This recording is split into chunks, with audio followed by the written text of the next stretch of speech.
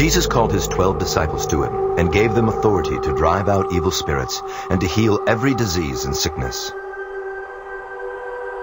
The Bible contains remarkable stories of miracles and divine interventions. Moses parted the sea. Peter healed a man lame from his mother's womb. Jesus drove demons out of people and raised others from the dead. But are these types of events still happening today?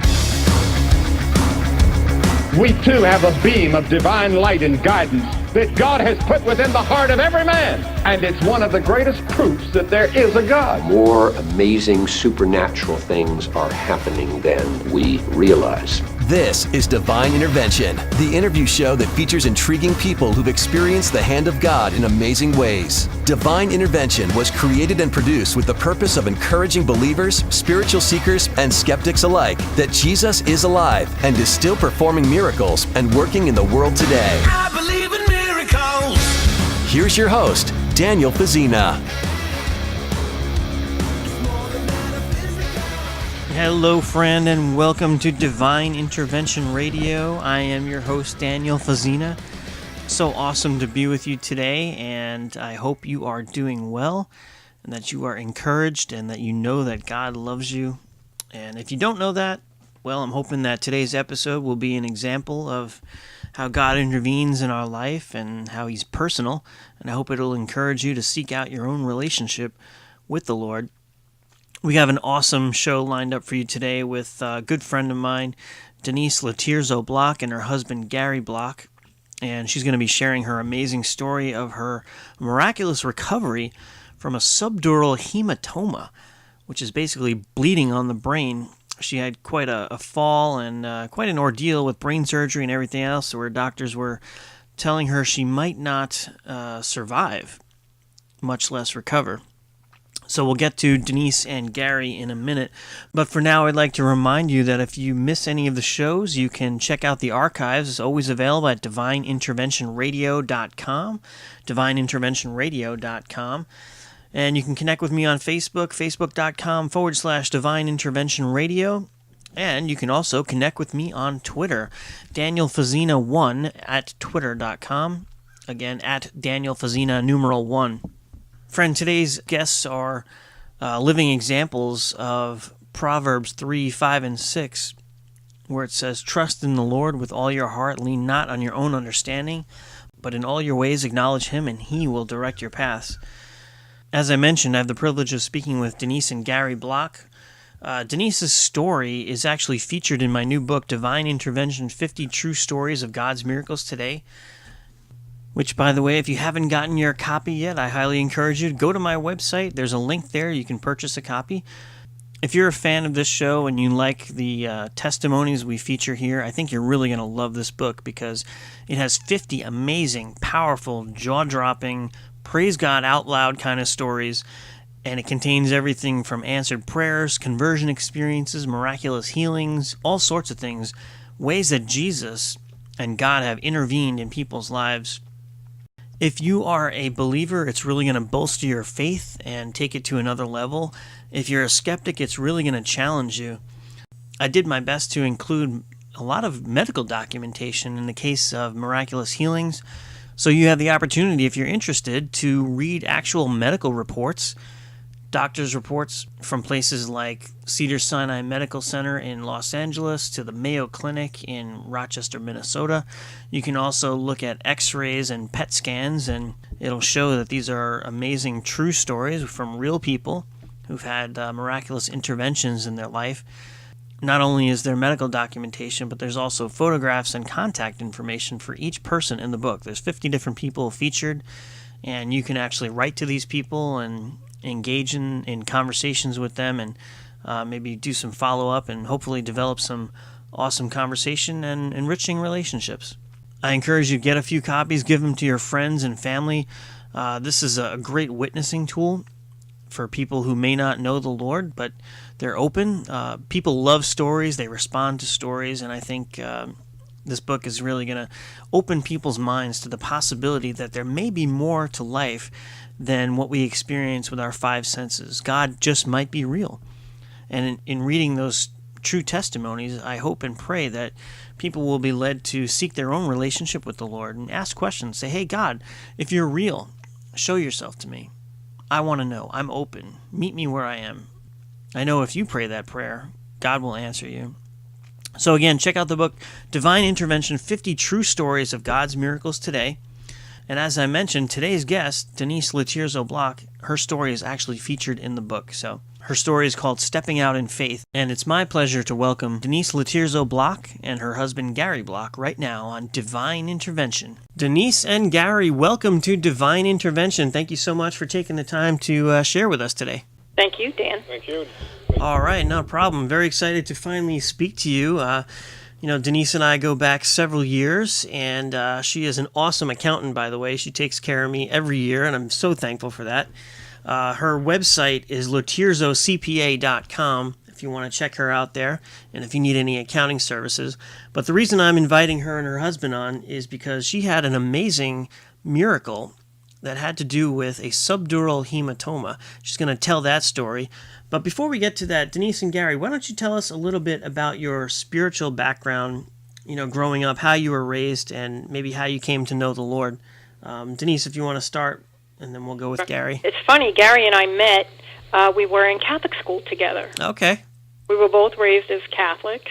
And we kind of just, after we got out of school, we left Catholic school in 8th grade. We only went to Catholic grammar school. Gary went one way, I went another way, and we went to public high schools, and we didn't see each other again for many years. But during that time, the high school time, I would, with my friends, I would say I was an atheist. I wasn't sure God was there.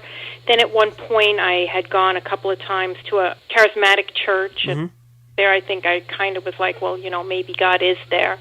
But in college I had got involved with the Way International. It was a cult, but it was huge. It was humongous. It's a shell of its former self today, but it was huge. Okay. And, it's how I learned about Jesus Christ. So I can't say it was a bad thing. I learned a lot of Scripture. It was a scriptural teaching ministry, although their teachings were a lot of times wrong. They preached that there were 4 crucified with Christ, not 2. Jesus Christ was not God. Several things that are controversial. So. Okay. And how did you eventually come to the realization that Jesus was God in the flesh? Recently, actually. It was just going to, I guess, churches where that's where it was preached. You know, it was kind of like nobody gave me a debriefing after I left the Way. I went to a church, and I wasn't sure kind of what was what, but I went, and I knew God would talk to me, would let me know when it was time that he thought I needed to know. Okay. Very interesting. And Gary, tell us a little bit about yourself and your background. Well, like Denise said before, we were raised as Catholics. I went to 8 years of Catholic school. Okay. It's hard to say in the 60s, with Catholicism, we never really studied out of a Bible, so to say. It was more textbooks. And then after leaving there and really stopped going to church until I met Denise, once we had our daughter, we went to a Lutheran church for almost 20 years. Over 20, yeah. Right, yeah, that's where I met you guys. All the teachings were based out of the Bible, so I probably learned more there naturally than did in grammar school. Right. Now, when I met you guys, it was actually not too long after I was sick with cancer back in 2002, and my father had told me that you had gone through your own pretty traumatic and trying ordeal that eventually led to an awesome testimony. And I'm proud to say that Denise's story is featured in my new book, Divine Intervention, 50 True Stories of God's Miracles Today. And in that, you can read about how she suffered a subdural hematoma.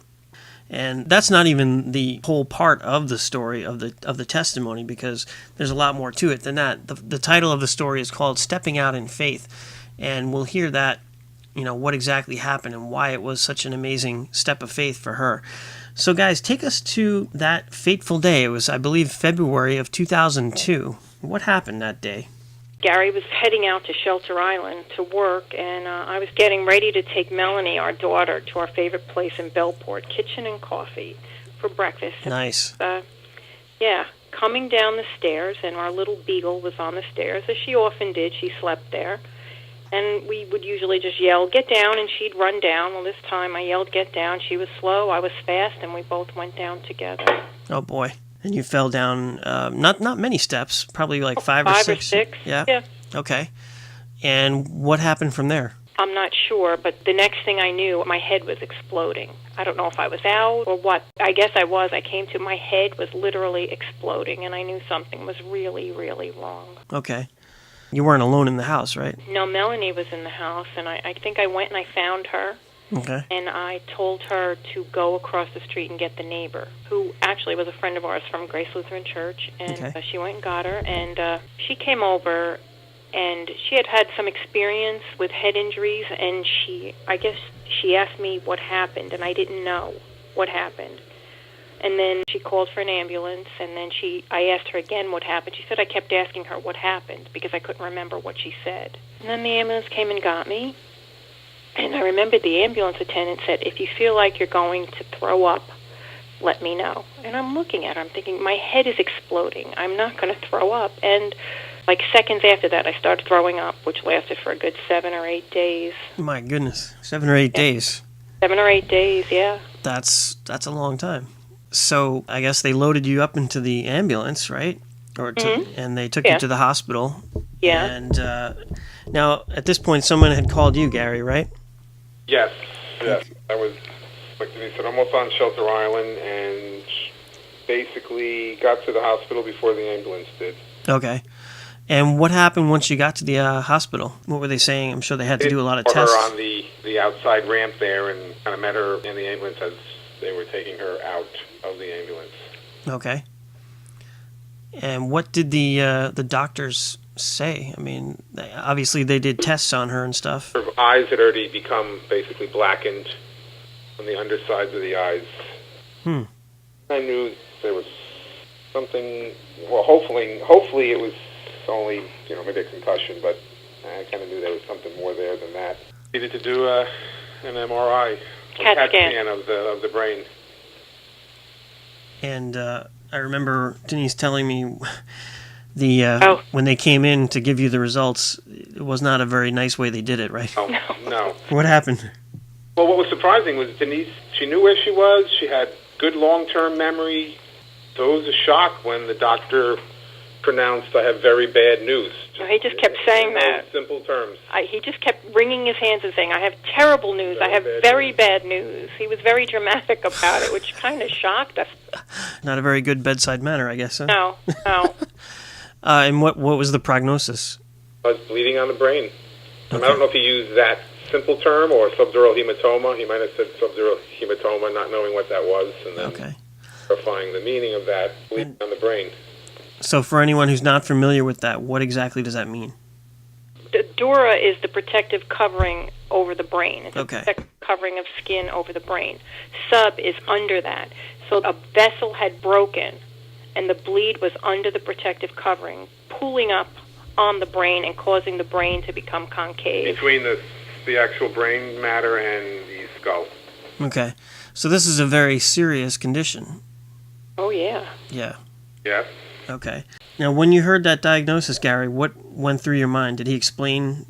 Just felt helpless. It's never fun to go to the hospital in an emergency manner, but you have a hierarchy of what you're willing to accept any kind of diagnosis, whether it's limbs, even certain things internally can be readily correctable.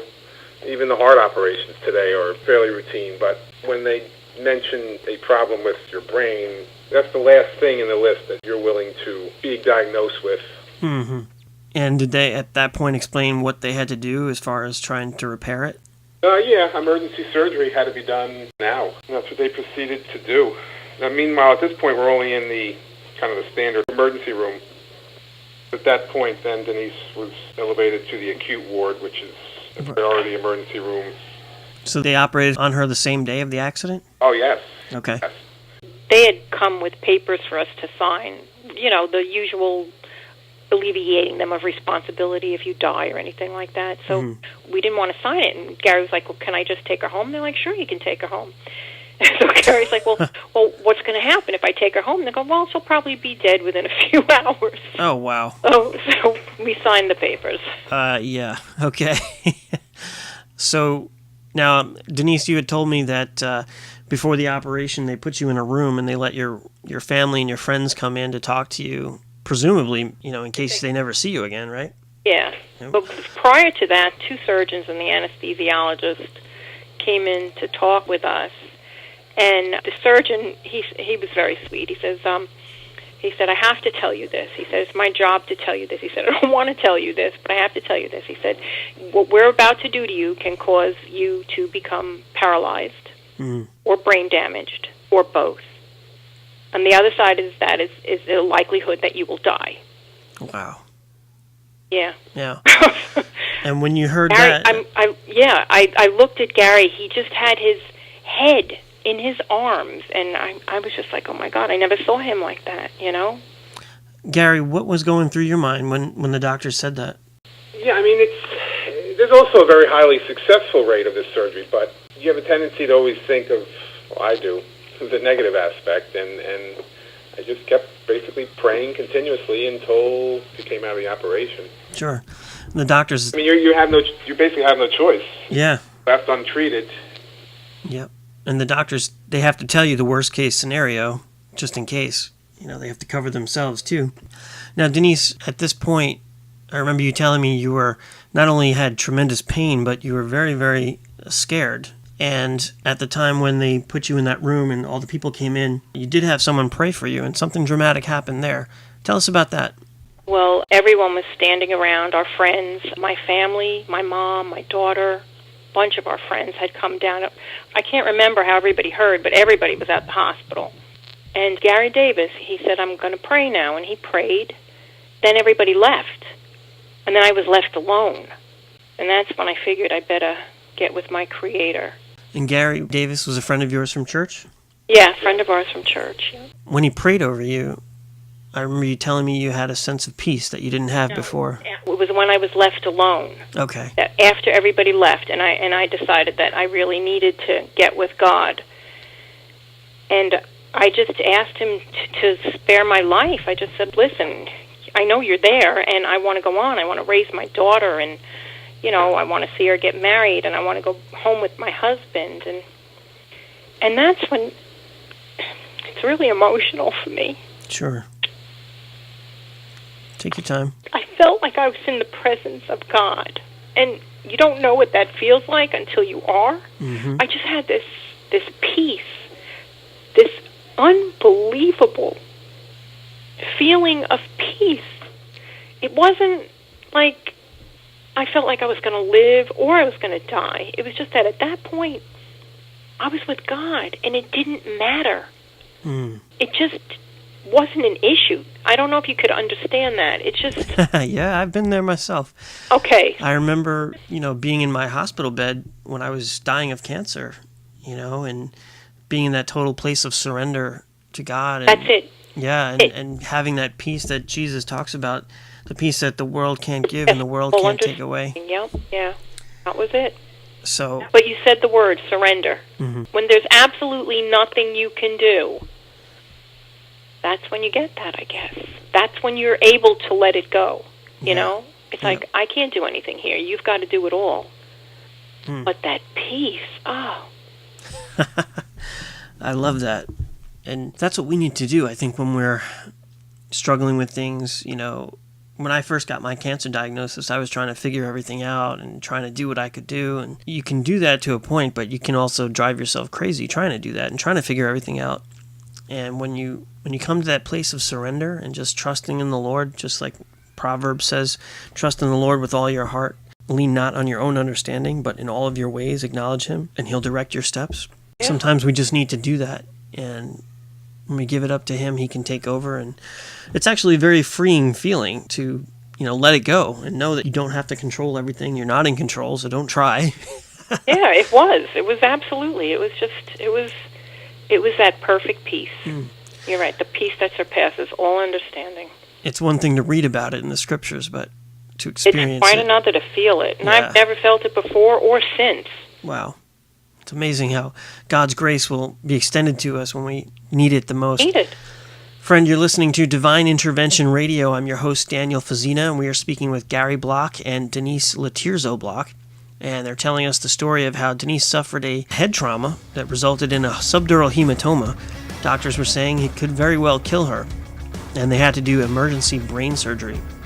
So Denise, you went in for this brain surgery, and you had a lot of pain, but when you went in, you had no fear. Is that right? No fear. In fact, the surgeon told Gary, I didn't remember this, but he said that I was joking with them, telling them to lighten up. It was only brain surgery. Not like it's rocket science, just brain surgery.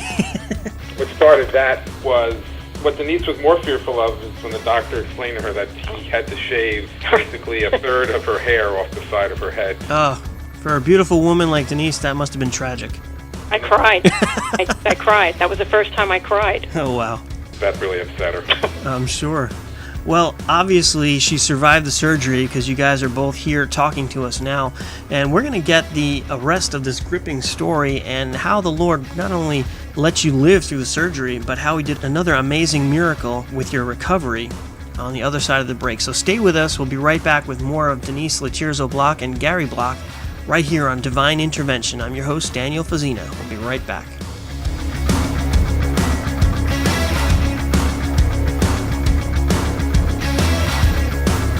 We'll be right back with more from Daniel Fazina and Divine Intervention right after this. I believe in miracles.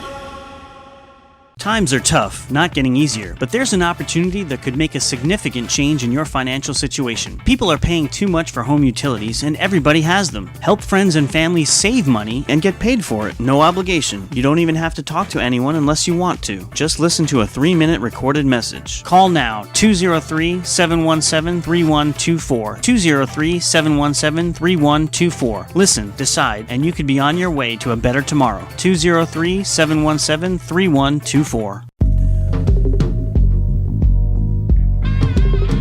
Hi, this is Cha-Cha from The Sopranos and the unofficial mayor of Little Italy, and you're listening to Divine Intervention with Daniel Fazina.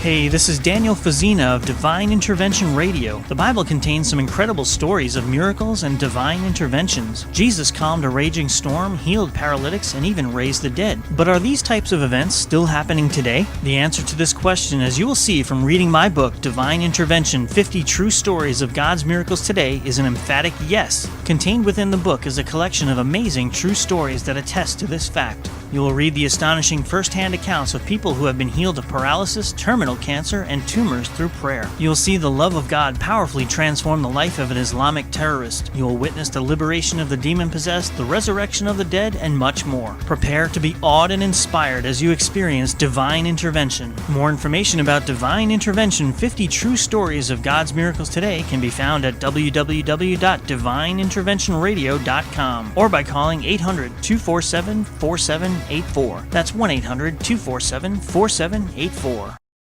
Divine Intervention welcomes the support of Lotierzo Associates, Certified Public Accountants. Lotierzo Associates, Certified Public Accountants is a family-owned and operated Christian business serving their clients with quality accounting services for over 40 years, offering full-service accounting for any type of business, large or small, in any state of the union. Lotierzo Associates, Certified Public Accountants, 12 Oak Street, No. 5, West Hampton Beach, New York, 11978. Phone 631-288-3334. That's 631-288-3334.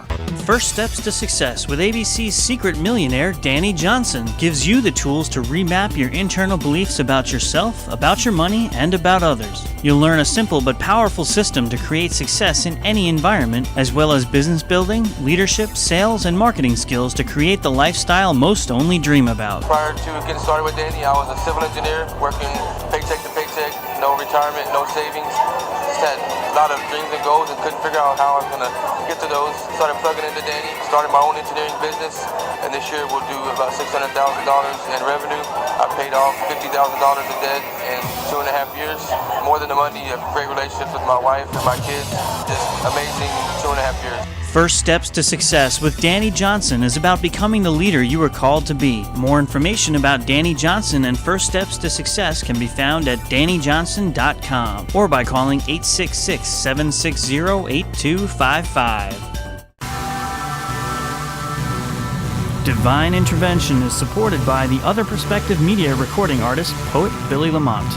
The Other Perspective 777, a sacred art sensory experience.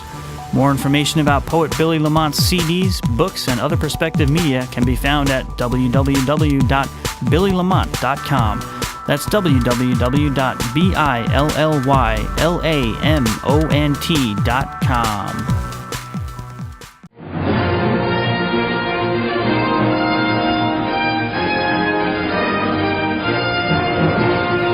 Hey, this is Kevin Sorbo, and you are listening to Divine Intervention Radio with Daniel Vazina. Divine Intervention is supported by Grease Car Vegetable Fuel Systems. Grease Car Vegetable Fuel Systems is the leading manufacturer of vegetable oil conversion kits for diesel vehicles. With Grease Car kits, your diesel vehicle can run on waste vegetable oil, saving money while recycling and helping to preserve the environment. Kits are available for diesel-powered cars, light-duty and heavy-duty trucks. More information can be found on the web at www.greasecar.com or by calling 413-534-0013. Have you heard the story about the terrifying dragon created by God? Dragons, just the word conjures up all these images. They look like big reptiles with long tails with scales, sharp teeth, claws. They're carnivorous and they're basically going to gnaw your face off. Could actually be stories about what we today call dinosaurs. Marco Polo's writing about dragons. Alexander the Great's talking about his giant lizard. How did the people who carved that stone 800 years ago have carved a stegosaur? Where in the world did all those images come from? Do you believe in dragons or dinosaurs? Try to explain away human encounters with creatures which we would call dragons. Creation or evolution? Clearly, science has shown this dinosaur died out very recently. This is one of the greatest paleontological discoveries ever. Man or God? Confirms the Bible's history that dinosaurs and people lived at the same time. Cloud 10 Pictures proudly presents Dragons or Dinosaurs, DVD and book. Ask for it at fine Christian retailers everywhere. Hi, this is Jay Jack, the lead singer for Apologetics, that Christian parody band, and you're listening to Divine Intervention Radio with our good friend Daniel Fazina. I woke up this morning with the Son of God. It turned out he knew me and called my name. You're lost, he said, but I can heal your soul. And now my eyes see a different way.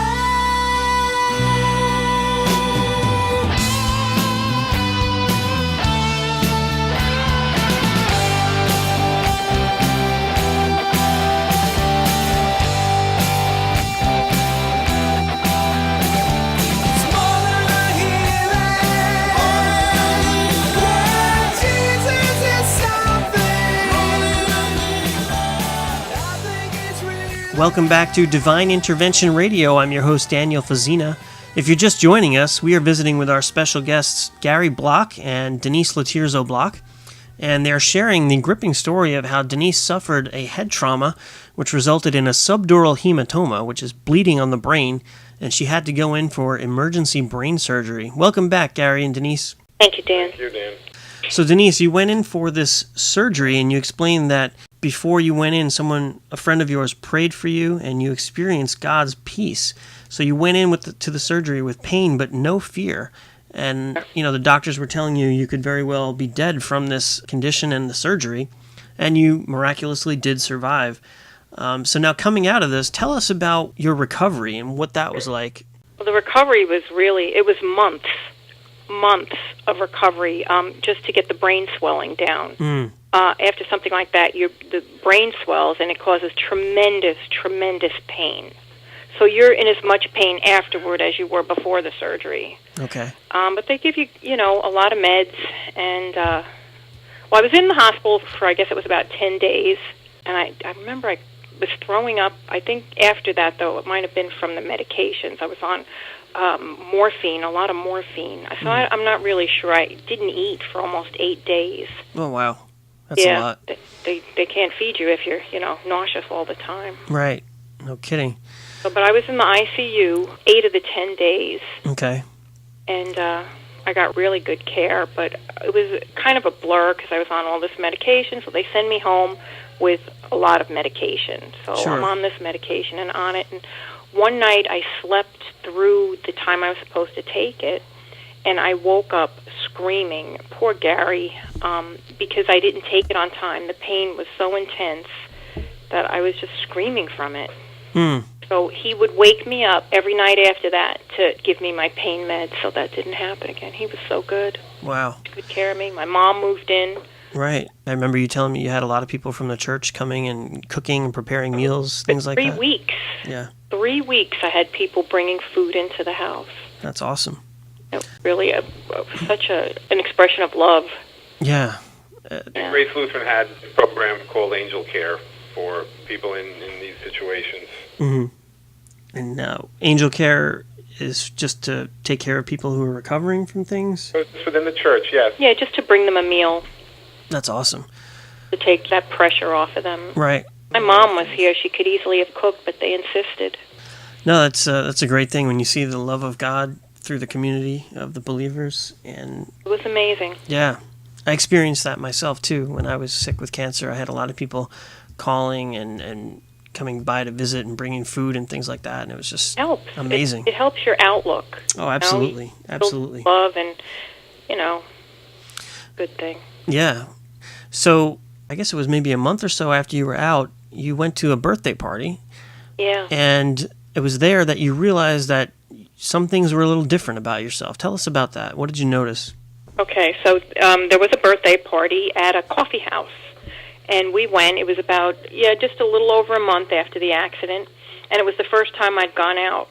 And at the coffee house, I saw my pastor, and he asked me to sit down and play a game of chess with him. Okay. My dad had taught us to play chess when we were little kids, so I sat down with confidence because I knew he was a good chess player. I played before. Okay. And very soon I realized something was really wrong. I couldn't figure out my moves. I was lost. I didn't know what was going on, really. I couldn't figure anything out. Okay. And he was very gracious about it. He's like, oh, you're having a bad night. Well, we'll catch this again some other time. But I knew something was really wrong. Okay. And you went back to your brain surgeon, right? Or your brain surgeon, yeah. It was like a couple of days later, and I told him about it. I'm like, what's up with that? And he said, and I really love the guy, but I was just so angry with him after he said this. He goes, you're not the same person you were a month ago before the accident. And it took my breath away, Remember after that, Gary and I went to somewhere to eat, and I was just crying into my food because I didn't know exactly what that would mean.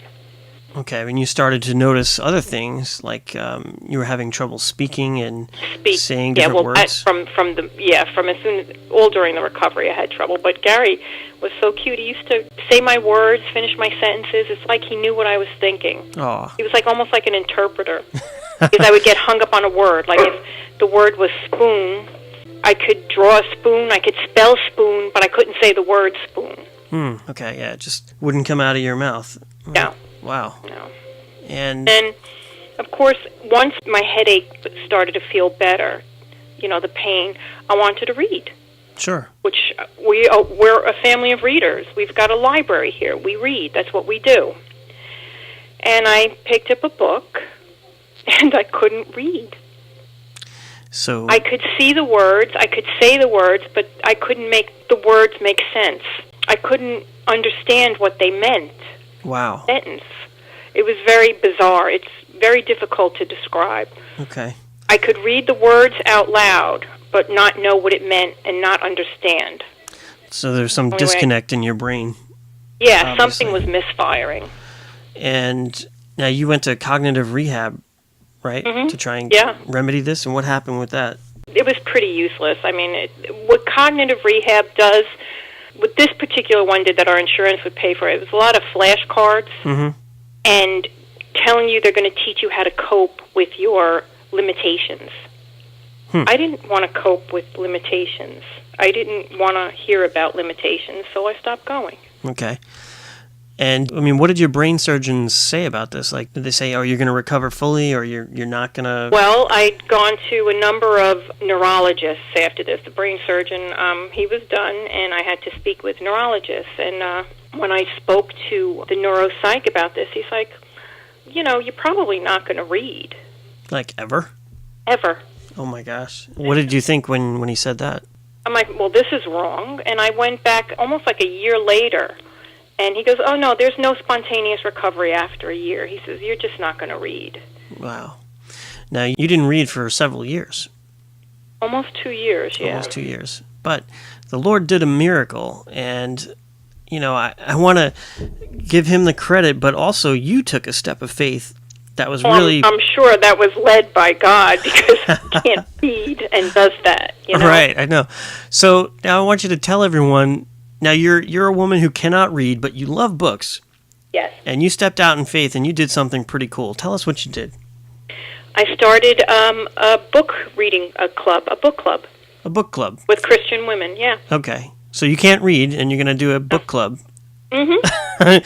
And started it with a book I had read, because one thing about the accident is everything I knew prior to the accident remained intact. Okay. Everything I knew, all my education, my learning, all these kinds of things.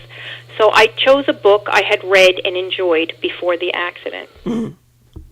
So we had the book club, and I pretty much remembered it, and it was great. And then I allowed one of the girls to choose the next book, and it wasn't a book I knew. And she chose it. Okay. And I bought the book, and I bought the book on tape. And another friend would come over and read to me. Okay. Then I was praying. I mean, I'm like, God, you know, you let me live, but I don't want to live if I can't read. So I mean, it was kind of a diminished life, and I knew that's not what he had planned for me. If he let me live, I was not going to live a diminished life. No. So you were praying for God to restore this. Short novel, yeah. It was a very short novel about Amelia Earhart. And someone would read it to me, and then I would read it, and then I would listen to it on tape. When you said you would read it, were you understanding it, or you just... I would read the words. Okay. Someone had read it to me, which I understood. Okay. I understood them because they told me. I would read the words, I would listen to it on tape, and then I would go back and read it again with the tape. Okay. So you're trying to have your brain make the connections, I guess, between the words and the meanings. Oh, yeah. I was going to make this happen one way or another. Okay. I knew that God did not plan for me to live and not read. So it's my job, too, you know? Yeah, I mean, you're an accountant. So what happened now? You started following along with the book on tape and reading, and we had our next discussion. Okay. And I remembered stuff, you know? Mm-hmm. I was able to participate to not the degree I would have liked to, but I participated. I remembered some things from the book. I remembered some things I had read, you know? Mm-hmm. Not only I would listen to the book, a passage from the book, then I would go back and I would actually be able to read it. After I had it read to me, I listened to it on tape, then I would read it. Then I would pick up the book later and read that passage. And so eventually your ability to read and understand came back. Yeah. That is amazing. It was a miracle. Yeah.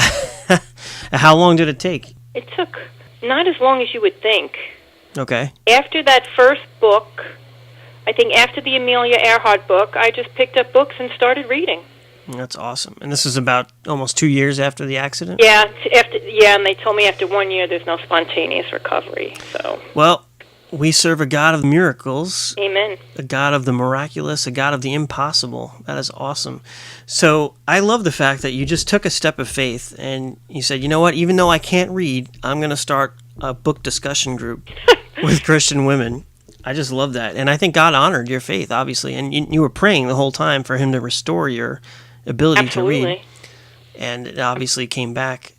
Now, Gary, what was your perspective on this as she was doing this? Yeah, you get through the corrective necessary surgery, and you think, okay, this is a 100% correction of her injury, and it took a month or two after the medication wearing off to realize there was something that wasn't 100% correct in and the damage that she had evidently suffered. Right. So, going into this and understanding that she may not ever read again, or she may have brain damage, what was your reaction to that? Yeah, it's sad because Denise is and had been a prolific reader, and it's a big part of her life, and that was hard, very hard. Okay. Denise, you actually, you went back to your neurosurgeon for follow-ups and stuff, and he was kind of surprised that you not only recovered your ability to read, but you actually went back to work. They didn't think that would even happen, did they? No. In fact, this was a new neurologist. It was a friend of Gary's. Remember Dr. Henry Moretta? Mm-hmm. And he was looking through my chart, and I mentioned something about at work, and he looked at me and he said, "You work?" Well, a lot of the doctors were trying to encourage me to go on Social Security disability. Okay. And I just, no, that wasn't for me. So how long after the accident did you actually go back to work full-time?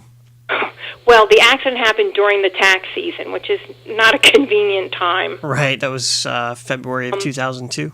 Yeah, and Gary and I think Diane or Melanie, they were very good about canceling my appointments because I had appointments set up for the whole month. Sure, of course. They missed one. And somebody showed up at the door because I do appointments from my home. Okay. The evenings. Somebody showed up, and at this time I could only sit up for 20 minutes at a time, half an hour like that. I got up and I did their tax return. Wow. So that was a month or two after the accident? Yeah. Okay. And then you went back to work? About a month. I went back to work in April. The same year? Yeah. Yeah, the accident was in February. That is amazing. Wow. Well, we had payroll taxes due. We had April 15th coming up, so I went back. That is amazing. Friend, you're listening to Divine Intervention Radio. I'm your host, Daniel Fazina, and we're speaking with our special guests, Gary Block and Denise Lotierzo-Block, who recovered from a subdural hematoma where the doctors weren't even sure she would survive. They thought she might be brain damaged, didn't think she'd ever read again or be able to go back to work. And you know what? God did an amazing recovery with her, and she was able to go back to work, as you just heard, only a month or two after the surgery. That is amazing.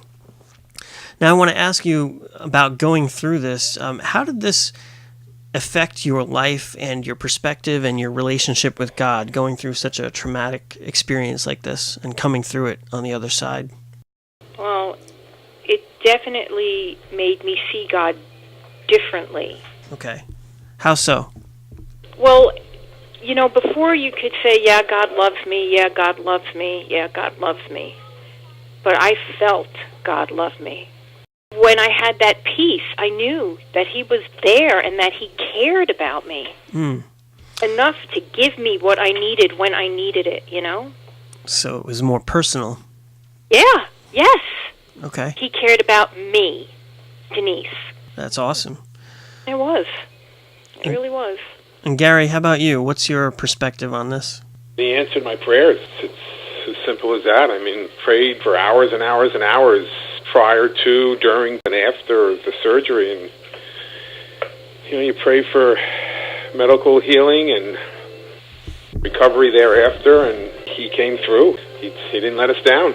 That's awesome. Didn't let me down, didn't let Denise down, our family. Yeah, I was going to ask you, a lot of people were witnesses to this miraculous recovery. How has it affected people that going through this and coming out healthy on the other side? Well, we were fortunate, being members of Grace Lutheran, that some of those initial people during the hospital prior to the operation and through the recovery were just incredible Christians and had a faith that clearly was exemplified in their prayers and the recovery. We were surrounded by some great people and were powerful prayers. Mm-hmm. They were all in the right place at the right time. From the neighbor across the street who initially came with our daughter and to friends of ours praying in the hospital. Yeah, and Diane started praying the minute she walked in the door, so... Diane was your neighbor from across the street? Yes. Okay, yes. Yeah. So that's amazing. I love it when God brings all the right elements together and just works things, He works things out for our good. The Bible says in Romans 8:28 that all things work together for the good of those who love the Lord and those who are the called according to his purpose. And it's obviously he did that for you. And I'm so excited to have your testimony featured in my new book, Divine Intervention, 50 True Stories of God's Miracles Today. Friend, if you get a copy of that book, look for the story entitled Stepping Out in Faith. That's Denise Lotierzo-Block. And, it goes through the whole thing about the subdural hematoma, the recovery, her stepping out in faith and actually starting a book discussion group for Christian women, even though she couldn't read. And God honoring her faith in taking that step and really healing her and helping her to recover. And incidentally, if you need someone to do your taxes, you need a great accountant, I would highly recommend Denise. Her website is LotierzoCPA.com. That's LOTIERZOCPA.com. LotierzoCPA.com. Definitely look her up. It doesn't matter what state of the union you're in, she can help you. Denise, I want to ask you, if there's someone listening right now who maybe is struggling with a traumatic event, maybe they've had an injury, maybe they're dealing with paralysis or just some difficult situation in their life where maybe they feel like they're between a rock and a hard place, what would be your advice to those people? Well, we serve a big God, and his plans for us we can't even imagine. His word tells us that, that he has plans for us. Just, you need to have the faith. You need to grab onto his coattails and not let go. It was almost 2 years, but I just knew somewhere in the back of my mind that I would read again. I knew that. And I just kept the faith. Right. And that's what I would recommend to anybody. God is seldom early, but never late. So, I love that. He shows up right on time. Right on time, exactly. So it was the right time for me. Right. When you shared your testimony with me for my book, Divine Intervention, 50 True Stories of God's Miracles Today, what were you hoping that the reader would take away from your story? Just that God gives you what you need when you need it.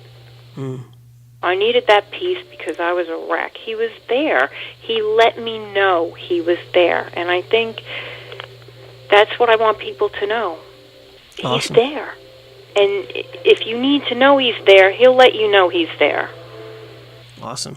And Gary, do you have anything to say to anyone who's listening who have heard your testimony? Maybe they're struggling with doubts about God, or if he really is listening to them, or if he cares about them. Yeah. You have to put your trust in him. As much as we were blessed with an incredible surgeon on that day, the follow-up visits, even a year later, by trusted medical professionals, basically told us, from what we've seen, the damage is there and it's kind of irreversible. So don't expect any changes. And there were. And not to discredit the doctors we had, but somehow through prayer and faith and Denise's hard work, not willing to accept her limitations, it reversed itself. She was able to get through that. That's awesome. Now, Gary and Denise, I want to ask you, for you personally, what has this experience done for your own faith? Well, it obviously made it so much stronger because we went through this together. Mm-hmm. It made us stronger as a couple. And it made our faith stronger, and it was a powerful witness to our daughter, who was only, maybe 14 at the time? 2002, 14. Yeah, 14. Wow. And powerful witness to my mom, who stayed with us for the 3 months of my recovery. It was quite a witness. And I think to everybody at church. I can definitely relate to that, knowing all the people that witnessed, what I went through going through cancer.